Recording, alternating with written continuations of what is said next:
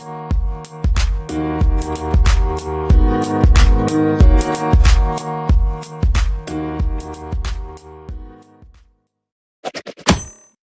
everyone, welcome back. This is Lloyd De Jongh. This evening, I'm interviewing Nazeem Holmes. Nazeem Holmes is my Kempo instructor, and we've been friends for 24 years now? 25? 25 years, yeah. Yeah, we've been friends for a very long time, and Nazeem and I, we started Kempo many years ago, and he's currently a second-degree black belt, and one of the finest Kempoists I've met. Yeah, thanks for being with me today. No, thank you. Thank you for allowing me this privilege to be interviewed. Yeah, awesome, man. Awesome. Yeah, as you know, I was away for many years in Dubai. I was living in the Middle East, and he and I, we've stayed firm friends, and we just picked it up. He runs a very successful Kempo school in Ottery. He's got kids, he's got adults, and he's been doing some very innovative things with the Kempo syllabus. In my view, modernizing it, making it adaptable, making it fit the student, rather than making the student fit the syllabus. So Naz, tell me a little bit about your personal history, a little bit more what you do, what you're studying. Well, yeah. So a little bit of my background. My first introduction to martial arts was the traditional karate, the Bushido style. I did that for many years, and eventually, you start outgrowing it because you can only go so far. And then by complete accident, one day I went to a supermarket, and I saw a poster there advertising Kempo, and many people in Cape Town, I know, including yourself, was attracted to Kempo after The Perfect Weapon. I was one of the few people that did not see the movie until after I joined the class. But the only thing that attracted me to it was the poster, and it said Elvis Presley was a student, and so was Peter Sellers and Warren Beatty. And I knew all of those famous people, and I thought, okay, cool, I would love to give that a shot. And that's my introduction to where I started Kempo. I called the number, went in for a demo, and I've been hooked since. Okay, no, understood. Kempo, definitely, it's a bug that bit all of us. I saw The Perfect Weapon, I loved it. Jeff Speakman's moves just blew me away. I think we've both watched that movie 20 times. Maybe more. Yeah, we've watched that movie a lot. So what year was that you got started? I got started in 1989. Wow. Yeah, that is a long time ago. Yeah. That means that I know you. Good God, that's... Yeah, you started in 89 as well, but I think you were a couple of months before me, at least 6 or 7 months before I was. Yeah, I just don't want to reveal my age, but that's 29 years ago. Yeah, well, we stopped for a while, life happens. Yeah. Yeah, no. So what was the appeal, as far as Kempo is concerned, versus the karate that you've been studying? I studied karate as well. I loved it. I still love the discipline and there's something fantastic about martial arts. But what was the appeal for you versus what you'd been studying before? Well, the traditional art of Bushido was fantastic. I think, like you said, we learned the discipline. And also it's more of the intrigue of, the movies in our day was your Kung Fu, Jackie Chan style movies that sort of also influenced us. But when you join the schools, it's definitely the discipline. Bushido was well known for its kata and strict form. However, though, coming across Kempo, it was just the complete opposite to your traditional stuff, especially if you come from the neighborhoods we come from. And the schools we attended was a bit rough, areas were a bit rough. Kempo just produced or sort of showcased a practical solution to everyday items that we were facing, aggression from school bullies and so forth. Yeah, no, we did grow up we both grew up in Athlone. Yeah, pretty rough neighborhoods. I grew up in Mitchell's Plain as well, and we'd both been victims of muggings. We'd seen gang fights. We'd seen violence in the streets, and I think the combative aspect, the fact that Kempo was unapologetically combative, was definitely useful. I remember that I used to have a lot of doubts when I was doing karate. And even though I could do the techniques, I could kick, I still always had this doubt, despite the sparring. How about you? How did you feel about that? Well, yeah, the sparring was very controlled. You always had to pull that punch. It was limited contact, unless you did the knockdown style. And even then, you're eating to the chest and you're eating to the stomach or the rib cage. And then all of a sudden, you come across Kempo, and if you don't block that shot to the face, you quickly know that you've made a mistake somewhere. I always had doubts about the applicability of the movements, in that I knew that people in this country moved differently than people did in Asia, than the Japanese. And so I always had these nagging doubts about the validity of these techniques in our neighborhood. Kempo promised a way to develop your own particular solutions. What are your thoughts about that? No, I agree. I think the traditional style, even though it was effective in the ring and it conditioned you very well, there was just the practical aspect that the street attacks that we encountered, Kempo addressed that on a much better scale than the traditional style did. Of the guys that we started training with, are any other of them still active besides me and yourself? In all honesty, I actually have no idea. I used to train with Andre Solomon, also a phenomenal practitioner as well. We trained together for many years. We actually managed a school that he's busy managing at this point. I think he's the owner of the school at this point. But I haven't seen him in quite some time. We operate in different areas, and when we parted ways and I decided to open up my own space, my own school, that's when we kind of lost contact, because our classes run on the same days. So what made you decide after many years to actually pick up Kempo again and open your own school? Wow, that is a tricky one. So, I think this started in 2006. So I was a colleague of mine found himself in a few bad spaces, and he knew that I was still training in the martial art, but not studying.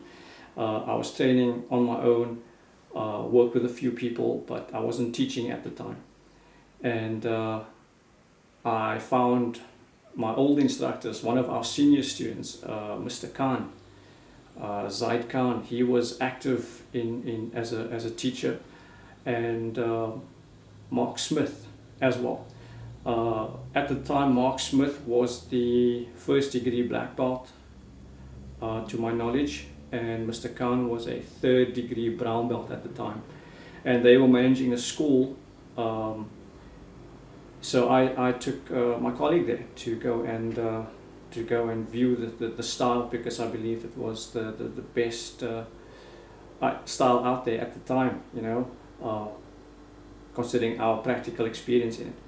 And yeah, needless to say, you get back into it and you just see Kempo go, and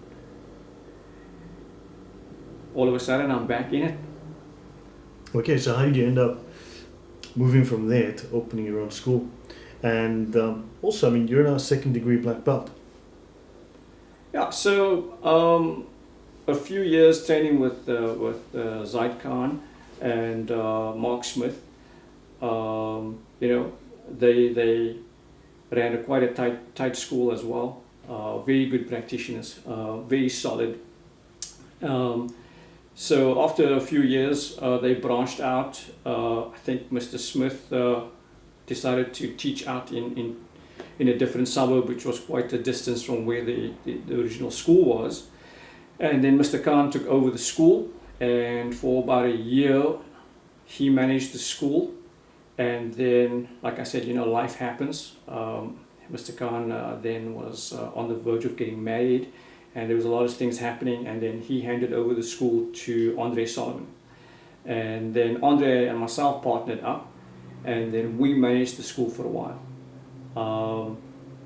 So the growth happened a few years later when we decided that we wanted to put Kempo on the international circuit. And we sent out videos, I sent out quite a few videos to various places around the world, different instructors and so forth. But what was your intention behind sending out these videos?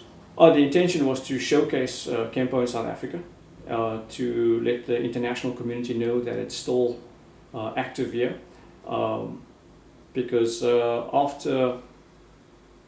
after many years, I think the last time they heard of Kempo was in the early 2000s, when Michael Thomas, one of our senior instructors, when he competed in Jersey, but after that, nobody else heard of us again. So we decided, Andre and myself decided that we would, put ourselves back on the map again and be recognized by the international community. And then luckily for me, I found quite a few high-level instructors that got my name out there. And I got a call from a gentleman by the name of Romano Mikkelsen from Holland. At the time, he was the director of the IKKA in Europe, and he viewed my videos, and later that year sent us an invitation to compete in the 2012 IKCA, the International Kenpo Karate Championships in 2012. Okay, and it should be noted that I believe it was Mark Smith scored the gold. South Africa scored the gold at that tournament in the Kempo tournament in Jersey, correct? He was in the demo technique section.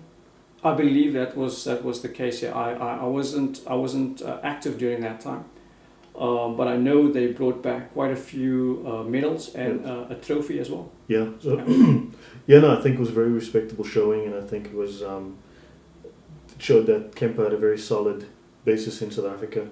Do you know if Mark is still in training? Or have you lost touch?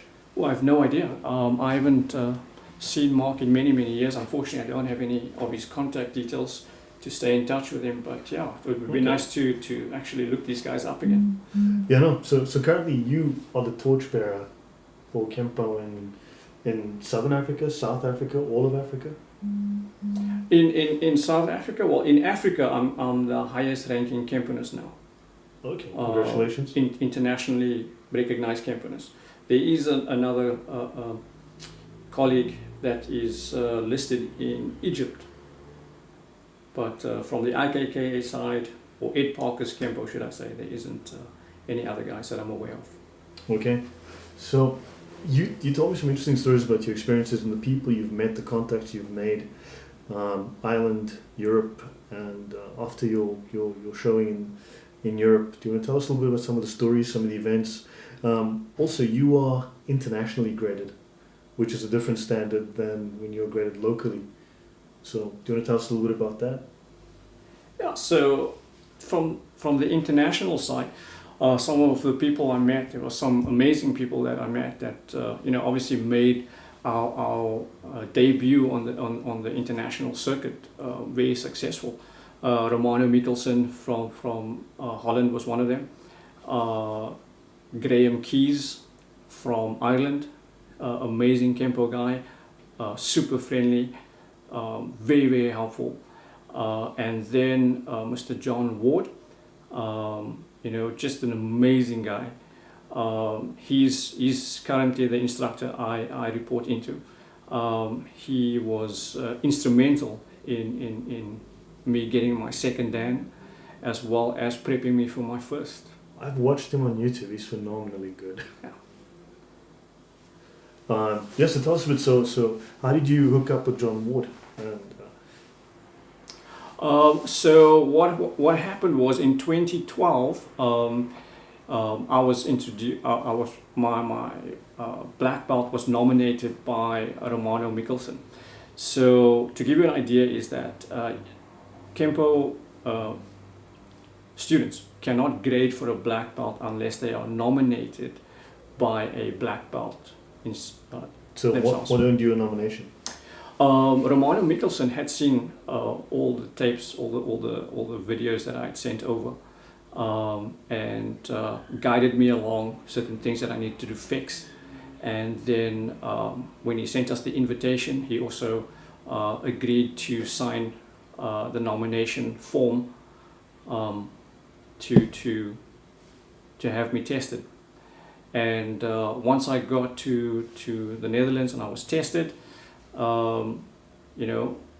we spoke to Gilbert Velez, Doreen Di Rienzo, hopefully I'm pronouncing that right, and they decided that it would be easier for me to report into John Ward, because Romano had quite a lot of other responsibilities. So it was just easier for me to report into Mr. Ward. Okay. So what was it like meeting all these high-end Kempo people that you'd known about for many years, but had never had the chance to meet being so far away? No, it was fantastic. It's a dream come true. I mean, our instructors, Mr. Michael Thomas and Mr. Lee Peterson, and then we met Mr. Graham Knowles. And they used to talk about your well-known Kemponists like Rainer Schilter, Mohammed Tabat Tabai, and going overseas, meeting them face to face. Met Mr. Ed Parker Jr., also a phenomenal guy as well, and Mr. Kevin Mills also had a massive influence on what we do now. Also a phenomenal practitioner, and I think it was just an awesome experience. Over the years, I've come back home, I've trained with you. You started to innovate your Kempo. You've made it into something that fits you, and I've seen how you have made it something that your students can personalize. Now, tell us a little bit about the formative influences that have changed your perspective, good or bad. Things that have given you positive steps forward, the things you've looked at that you felt you didn't want to emulate, things that have made you feel a better martial artist, a better instructor, a better Kenpoist. So on the positive side of things, a lot of the influences that that's impacted me over the years was a lot of the books that I've read. We got introduced to Infinite Insights, the Zen of Kempo, which we purchased from our instructor at the time. And a lot of Mr. Parker's thoughts resonated with me. Being a person of small structure, one of the items that appealed to me was the tailoring Kempo to you, to fit you, not you fit the style. And that is one of the items that stuck with me, and I definitely enforce that in my school, where I would love my students, I'll make sure my students are able to adjust the technique to make it work for them. Yeah, I've noticed even with beginner white belts, and I've been doing it as an assistant instructor in your school, to introduce the students, even at a white belt level, even within the first month, to the formulation phase, to what ifs, and they love it. I've seen the exercises you've given where you'll say, look, here's a base technique, here's a base attack, here's a base response, and now play with it. And students are coming up with their own techniques and kicks and punches and things they've barely learned, but they suddenly are executing and they're enjoying it and they're being creative on the fly. Unfortunately, as you know, our instructors, as much as they drilled us in the basics, made us very good at basics, they did not allow us to explore Kempo. So what got you to do that, and what do you feel are the results? Yes, that's true. Our instructors were very good at drilling us in the basics. It improved our technique. It was solid technique. They didn't really have that or allowed us that freedom to explore, you know. So we got stuck in just the one phase. We never really explored the spontaneity side of Kempo. We did touch on what ifs, but the spontaneity side just wasn't there. So what I decided to do was I felt that what the Kempo was lacking, and even looking at the international community, there's many guys out there that are phenomenal technique practitioners. But in my gradings and on the circuit, I've seen guys that just can't move. They can execute technique perfectly, but they're not spontaneous enough. They can't explore the other options. So do you feel that these are the pattern addicts, that the term that has come up? I believe Mr. Parker has used that term. Yeah, I suppose you could call them pattern addicts because they follow a sequence of motion and they don't really step out of that sequence often enough. Obviously, there are exceptions to those various schools, but more often than not, you see guys that are stuck to just that particular pattern. So it's good for them to explore other ideas. How did that experience shape your training that you give your students today? Well, what happened was I decided to compete on the international circuit. I competed twice. I've competed locally quite a few times, and what I found that is there was a lack of technique per se. I couldn't use the standard Kempo techniques because the attacks weren't exactly the way they were when we practiced them in ideal phase. But we needed to look at the principles within those techniques and then formulate on the fly. And once I started getting into that, it sort of clicked, and everything started changing on the local circuit. I started winning more competitions. I entered more full contact competitions, applying principle instead of being focused on the technique, the syllabus technique. And that basically has won us quite a few medals in quite a few competitions. So you found that exploring the formulation phase and the what if has been extremely helpful in making you a spontaneous Kempo practitioner, able to think on his feet. Yes, for sure. And I think also that if you look at the Kempo rules of motion, that if you study that and you follow that principles and those concepts, it makes you a much more precise fighter. You are able to cut angles, move in, move out, move to the side very, very easily, and attack from those angles as well.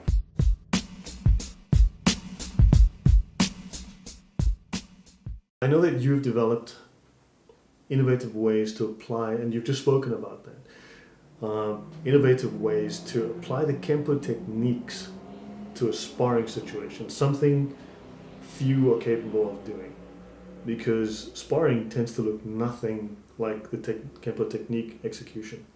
So this is something I know that you have spoken about, something that you've demonstrated, something you've actively developed and had success in during your professional bouts as a fighter. Do you want to tell us a little bit about that and what underlies that? What particular theme in Kempo or concept in Kempo underlies this? Yeah, so tackling sparring, if you look at sparring on YouTube or at most competitions nowadays, it's what is defined as sports karate. It's either full contact base, where you have strikes to the body but no strikes to the face, or maybe kicks to the face, Now, Kempo has the same thing, where you find that if you look at the sparring in Kempo, it's also points related. So there's very few competitions out there that I've seen where you're allowed to hit to the face and so forth. So what I've been focusing on over the last 6 years or so is what happens if your ideal phase doesn't work. You know, you get attacked, your technique fails because the person has either got a high pain threshold or your execution was bad, Then you regardless. And now you end up in your fight. You end up in the oblique phase. Yes. So now all of a sudden it becomes a fight. And this is no longer a points competition. Now what you need to look at is where do you go? All right, you got to revert back to your technique. But how do you apply the technique in that phase now? I've seen you make a strong use of angling, off angling. Yeah. So one of the major factor in all of this is the universal pattern. What we do is we put the pattern on the floor and we look at the angles and paths that pattern reveals to us. And then we take that pattern and then we look at our techniques of a jab, of a cross punch, looking at fighters, especially today. You know, you're coming across guys that are good at kickboxing, good at mixed martial arts, you know, your traditional jiu-jitsu practitioner. You've got to prep for these guys. You've got to stay relevant. So what we look at is, you know, people throwing off the jab, and you know, you closing that distance and executing a technique. I've seen you use the universal pattern in terms of how is your adversary utilizing that pattern, and how can you utilize that pattern to intercept and to bypass his attack. So it's not just on the floor for your feet, it's actually vertical, it's three-dimensional, it's a full 360 pattern the way you employ it. Yes, we try and approach it from a three-dimensional point of view. And it's difficult to do when students can't visualize it yet.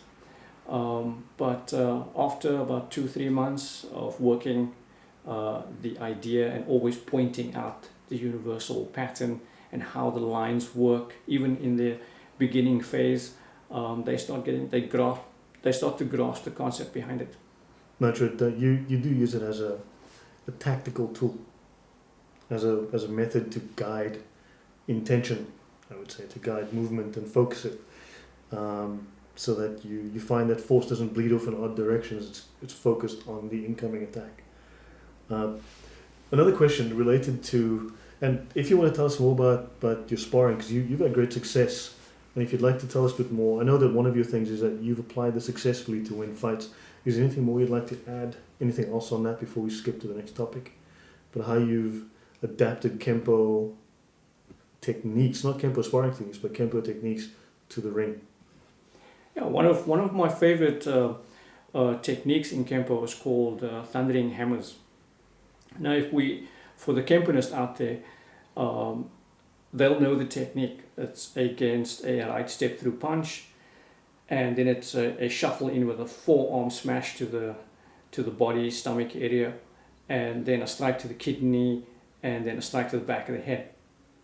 Now, in the sparring situation, you know, in the ring, you can't hit to the back of the head, and you can't hit to the kidney. So you've got to adapt those moves. So I take the same technique and I work it off a jab, or I look at the body posture, and as you shuffle in, you sort of drop a right hook punch to the body, and a left hook punch to the outside of the thigh, which creates a drop in the opponent. And then the next one is just a hammer fist to the side of the head. Okay, interesting. Most people do not drop that low, and that's something I find that people struggle with. Someone who drops that low to execute strikes. Yeah, no, it is quite low, but luckily for us, we have what we call a close kneel in Kempo. So it's easy for us to rotate in different angles. Okay, yeah, very, very unusual, very unorthodox. To apply it, that's like to apply it to something like a jab and a Kempo technique versus a boxing type attack, and then modify the technique to be short and sharp. Very, very interesting. Now, about technique execution, I've mentioned before that you allow play, you allow experimentation, you allow students to be guided by their own particular physiques, their own particular abilities and size and reach and so on in executing their techniques. As you're very much principle oriented rather than merely pattern oriented. Allowing for innovation, allowing for and even when students make mistakes, I see that you, as long as they complete the technique and deliver something effective, that they don't just freeze, stop, start over, which is not how things happen in the real world. Do you want to tell us a little bit about that particular approach that you have? I've seen it to be very effective. I've seen one more thing I should add. I've had sticking points in Kempo that have held me up for 20 years now. Well, no, I mean almost going on that. And you have innovated your Kempo where those problems have now been solved me. Certain techniques that I felt were stilted, did not flow. As one of our instructors used to say, you have to, dare I say this, flow like diarrhea, not move like a constipated motion. This is, and I have seen a development in my Kempo, a strong development in my Kempo, and things that held me up, things that were sticking points, things that I struggled with, have been cleared up due to your little touches you've made. So I know that's a number of things I've said, so speak to me about that. Okay, well let's start with a white belt and the formulation. Not just the white belt, it goes through all the level belts that are with me currently. The idea is to get people to think freely, move freely without any inhibition. What we want to do, or what I encourage in the school is with regards to formulation is do the technique, and if you make a mistake, keep going. Don't keep going until the attacker is down. And then we'll go back to the base technique, and then we'll review and see, where your issues were. And then we also like to add in, take away, which is part of the Kempo theory. And then obviously rearrange, the rearranging principle in Kempo, rearrange your technique, if you strike first, maybe strike last then, add in something in between, take something away. So that is one of the items that we run 2 or 3 times a month in the class to get the guys to start formulating their own techniques, their own style, their own rhythm. And it's been successful so far. Agreed. And then with regards to guys that have reached sticking points within Kempo, we find it with a lot of our older students that have practiced or been involved with Kempo during the time you and I were in high school as well, and they come back to the class and they start to realize that they make a mistake in the technique and they stop midway and they go, let me do that again, because either the attack wasn't right, didn't suit them, or they stepped wrong, or they did something wrong, and all of a sudden they get stunted. So what we do there is we basically just get them to relax and start, formulating stuff once again. As far as the sticking points are concerned, we addressed it from a body mechanics point of view. We looked at the person's structure, and then we look at their sticky point and we say, okay, this is where you get stuck. Why do you think you're getting stuck there? And then having them explain it and then show them how we tackle that problem. We find that is working quite well for us. You've just said body mechanics.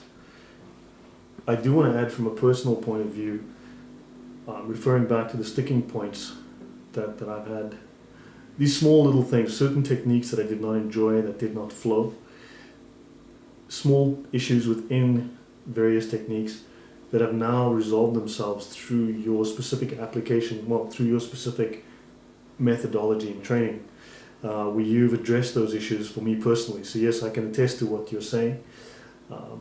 One thing I've noticed is that there is less effort now in executing the techniques, and we've had instructors that focused on power, maximum power, but you don't always need maximum power. You need appropriate power, and you don't always need power. Sometimes you need a tweezers, sometimes you need a hammer, and too much power could cause overshooting.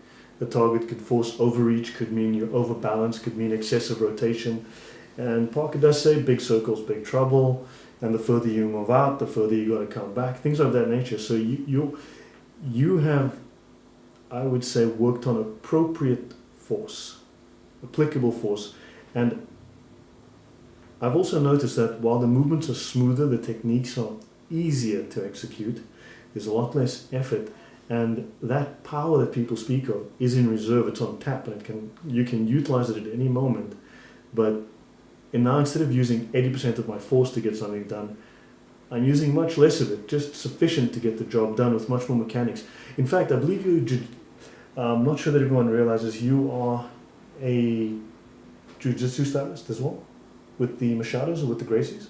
Yeah, no, I've been studying with the Gracie Academy as well. Okay, I've noticed that you've put all the joint locking techniques in Kempo have been boosted extensively by I think your jiu-jitsu background. Do you want to tell us a little bit about that and how it's influenced? Tell us about the jiu-jitsu and how it's influenced your Kempo.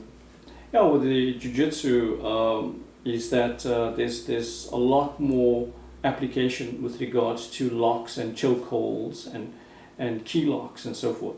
The jiu-jitsu adds another aspect with their leg locks and leverage on the ground. But leverage for us in Kempo is nothing new. So getting to the jiu-jitsu, it kind of gave me a new outlook on some of the Kempo applications. So another item that the students or those who've trained with me know me for is the reversal of roles. We find that Kempo practitioners generally practice someone is doing an attack and you have got to defend that attack. So what I've done was I've now looked at the attacks themselves and actually refined the attacks and saying, well, what if you actually had to attack someone like this? So now we focus on applying that and refining those attacks as well. So if you look at the key lock move in Jiu-Jitsu, the Americano, for example, that is an attack that we know from a technique called entangled wing, which is a figure 4 lock, which is almost similar to the Americano. So if you look at how we apply the Americano in the Jiu-Jitsu aspect, and then looking at that figure 4 lock from a standing aspect, so I started studying all the attacks and looking at them as weapons we can use. Instead of defending against, how can we apply them? Very interesting perspective. I've noticed especially the bear hugs have become a lot tougher to deal with in your school. I've had to work a lot harder to escape the bear hug. To escape the bear hugs. That's the one thing I've noticed. Yeah, certainly in many other spheres.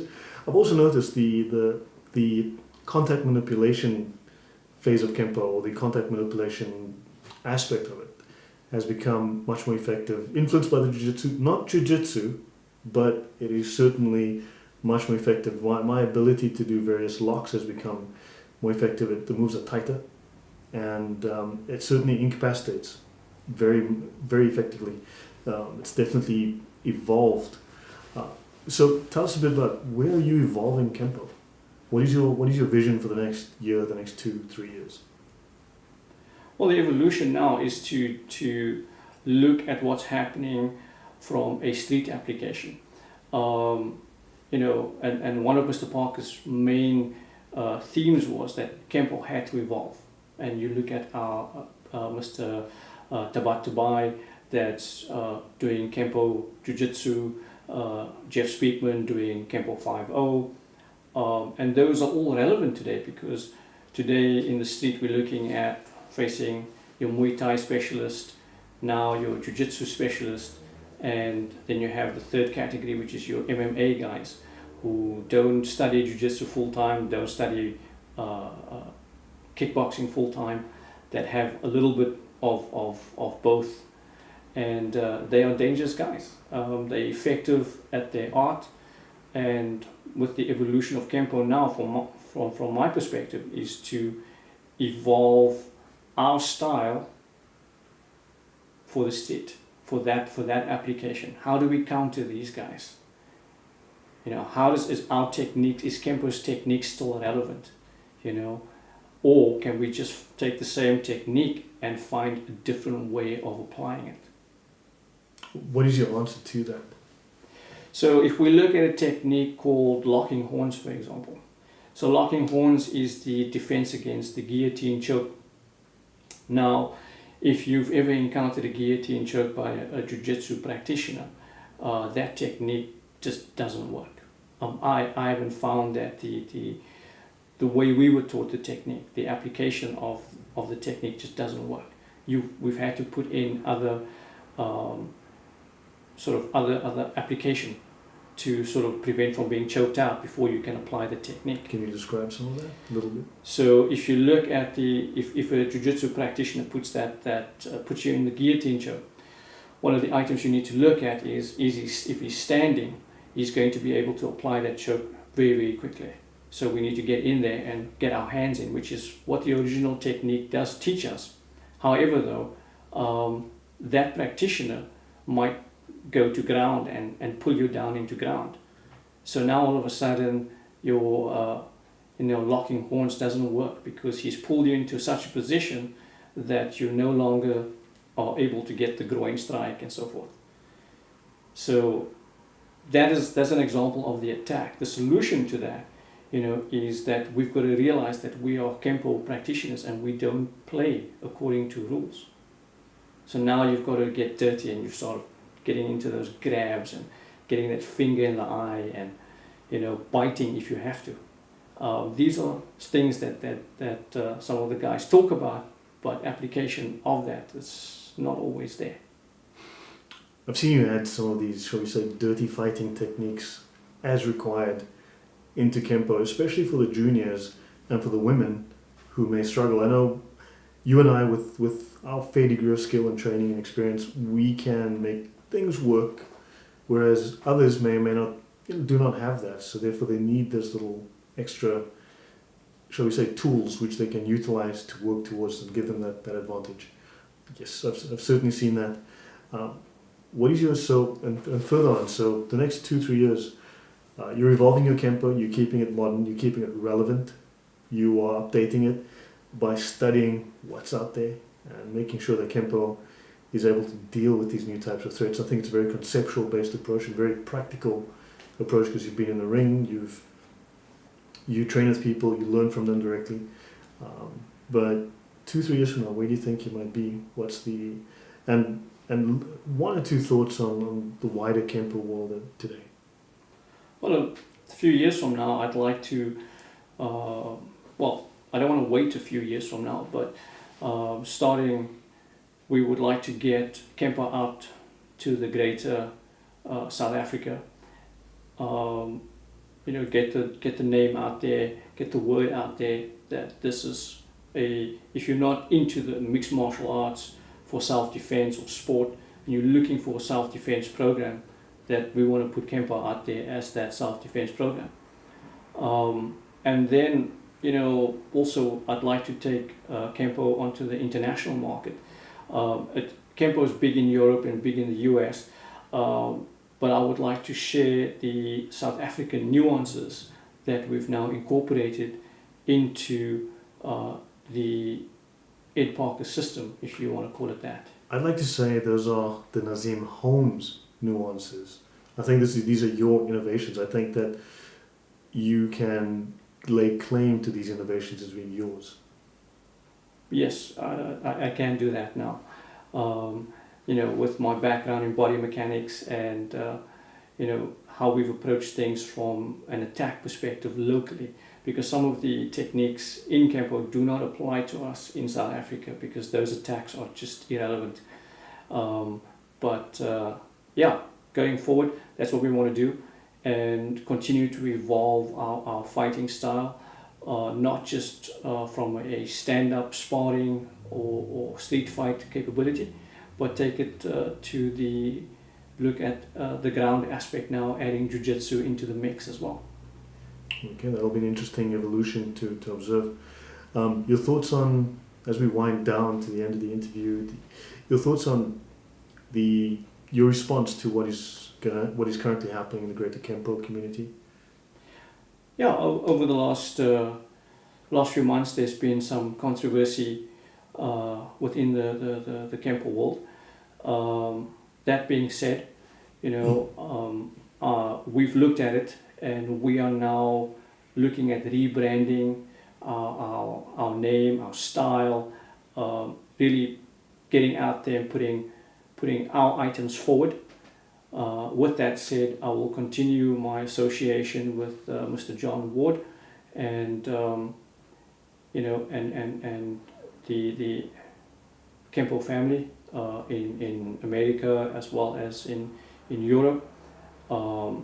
But I'd like to also showcase our brand and our innovations that we've done over the years.